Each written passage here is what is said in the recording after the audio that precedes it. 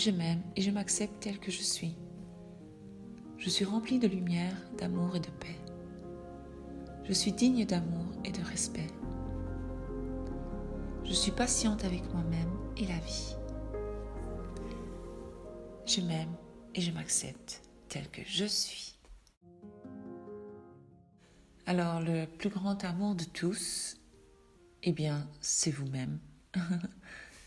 L'amour de soi constitue le fondement de votre relation unique et la plus importante de celle avec vous-même. C'est celle-là la plus importante.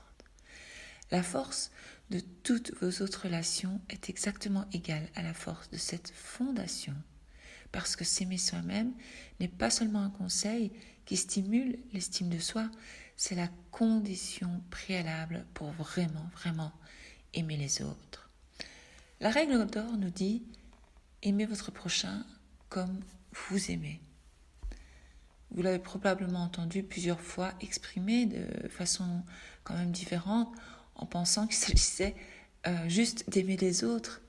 Mais si vous y regardez d'un peu plus près, vous constaterez que au centre de cette phrase se trouve la commande de vous aimer d'abord en fait.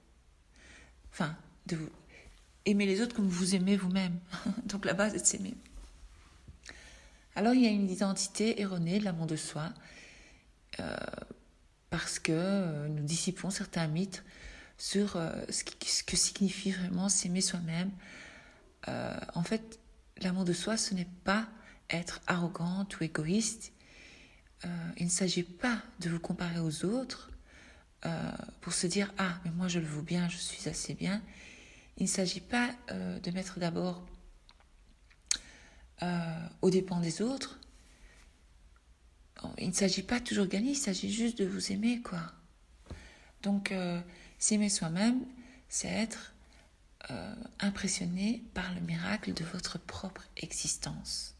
Si vous acceptez tel que vous êtes, les parties légères et sombres, bonnes, mauvaises, tout en sachant que le réel vous êtes au-dessus. Vous devez savoir que la réalité, c'est que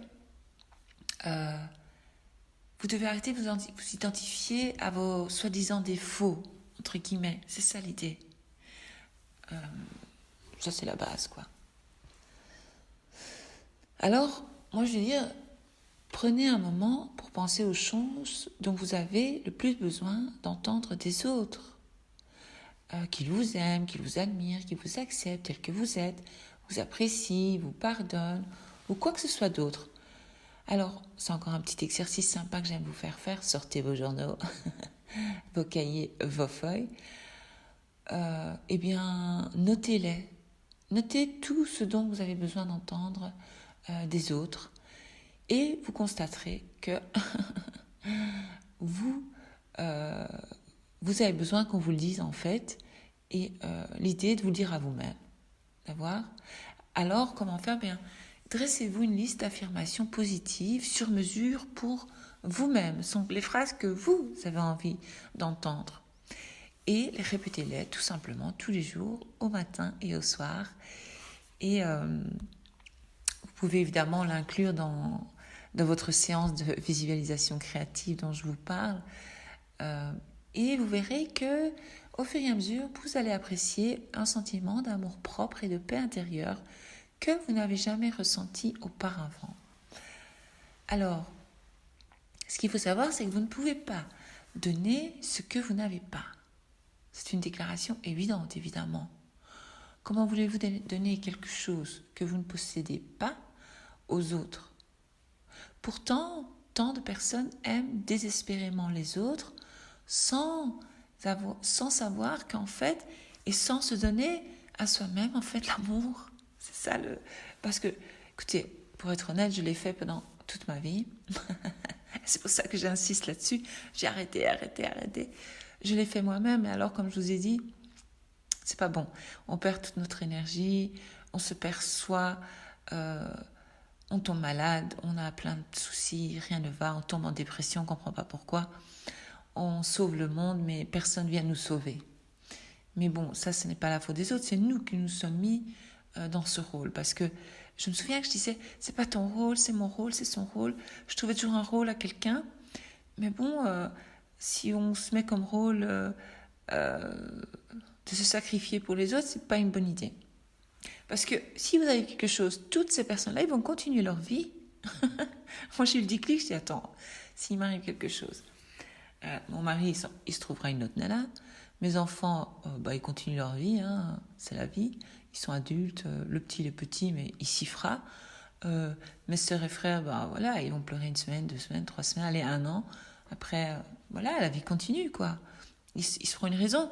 Mais en attendant, je me serais sacrifiée pour tout le monde, mais les autres, ils continuent leur vie. Personne n'arrête sa vie pour personne. Alors, ce n'est pas de l'égoïsme, du tout, du tout, du tout. Je ne dis pas qu'il ne faut pas rendre service aux autres, je ne dis pas qu'il ne faut pas aimer les autres, je ne dis surtout pas ça, mais apprenez les avantages de l'amour de soi, parce que pour recevoir l'amour dont vous méritez, que vous pensez que vous méritez, il faut d'abord apprendre à vous aimer et savoir montrer aux autres comment on veut être aimé, tout simplement. Et ça va vraiment transformer aussi votre vie. Alors, s'aimer, en fait, soi-même, c'est gagnant-gagnant pour tout le monde. Parce que ça va vous procurer à vous un bonheur intérieur, une confiance, une tranquillité d'esprit. Et vous allez facilement... en fait, votre entourage sera heureux et ravi de vous voir comme ça. Parce que vous allez enfin prendre des choix sains pour vous, prendre les meilleures décisions pour tous les domaines de votre vie. Que ce soit les relations intimes, vos finances, vos relations amicales, tout. Beaucoup de choses changent quand on s'aime enfin, si vous voulez. Moi, je vois bien, ma vie est en train de changer beaucoup. Et grâce à ça, en fait, tout simplement. Bon, il y a d'autres choses, mais c'est vraiment la base. Alors, des fois, on dit, oui, mais les autres, ils ont plus de chance que moi. Non, c'est pas vrai. Il faut toujours se dire, pourquoi pas moi ? Tout est possible. C'est pas parce qu'on est né dans un certain endroit ou dans une certaine famille ou dans un certain niveau social qu'on a plus de chance que d'autres. Ce sont de fausses croyances qu'on nous a fait croire. Notre chance, nous pouvons la créer nous-mêmes. C'est vrai que bon, les écoles, ça... mais quand on a un bon élève, on a un bon élève dans n'importe quelle école. Quand on échoue, on échoue dans n'importe quelle école. Que ce soit une école privée ou une école publique, vous réussirez. Le tout est d'y croire, de croire en vous et de vous aimer. C'est tout. Et d'arrêter d'être au service de tout le monde, voilà, et d'être plus sincère finalement envers vous-même et les autres.